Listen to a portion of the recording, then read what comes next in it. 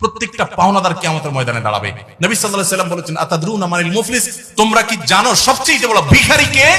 সাহাবীরা বলছেন, আল মুফলিসু ফিনা মাল্লা দিনার আলাহু ওয়ালা দিরহাম। হে আল্লাহর রাসূল, যার টাকা পয়সা নাই সেই তো ভিখারি। নবী সাল্লাল্লাহু আলাইহি ওয়াসাল্লাম বলেছেন, আরে এটা আসল ভিখারি না, আজকে টাকা নাই কালকে আসবে।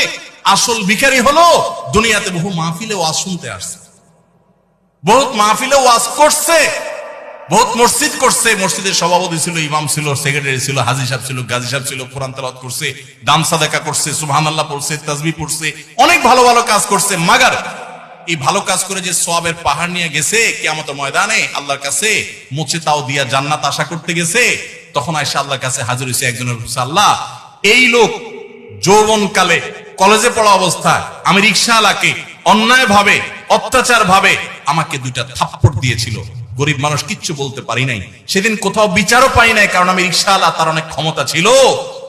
আজ হে আহকামুল কেউ যদি জুমার দিন একবার দুরুদে ইব্রাহিম পাঠ করে, তাহলে আল্লাহ তার উপরে 10 বার রহমত নাজিল করবেন।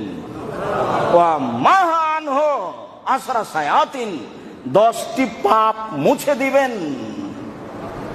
ওয়া রাফালাহু আসরা দারাজাতিন, 10টা মান মর্যাদা বেশি করে দিবেন।